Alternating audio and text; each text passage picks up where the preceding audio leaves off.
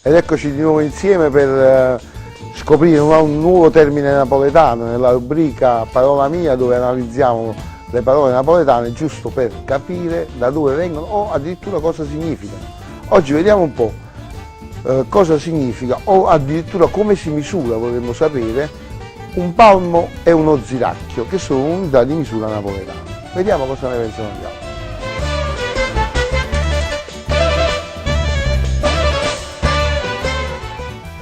Un palmo e uno ziracchio, un palmo che vuol dire, scusate la parola, un poco distante da...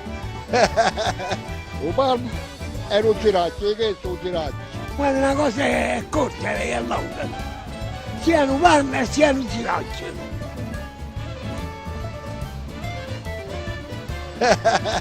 Un basso della stessa cervello di l'uomo. Mai sentito prima? Pare che si dica, però effettivamente ci sta una differenza tra un palmo e un ziracchio, mi pare, però in questo momento mi sfugge. No, non ho nemmeno idea. Un palmo e uno zuracchio, no. Mai sentito? No. Un palmo e un zuracchio sarebbe una misura di un palmo e un zuracchio sarebbe il mignolino. Si dice solo di persone? Sì, soltanto di persone. No, mai sentito.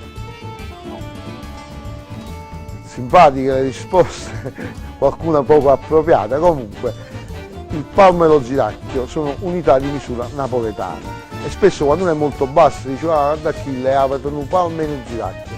Il palmo praticamente si misura dal pollice al mignolo, mentre lo ziracchio si misura dal pollice all'indice. Erano delle misure usate per misurare distanze brevi quando si giocava con i soldi, non lo so se qualcuno aveva mai giocato, una volta si giocava sotto il muro oppure con le biglie colorate, per pigliare la misura delle distanze, un po' come si fa per le bocce. Però,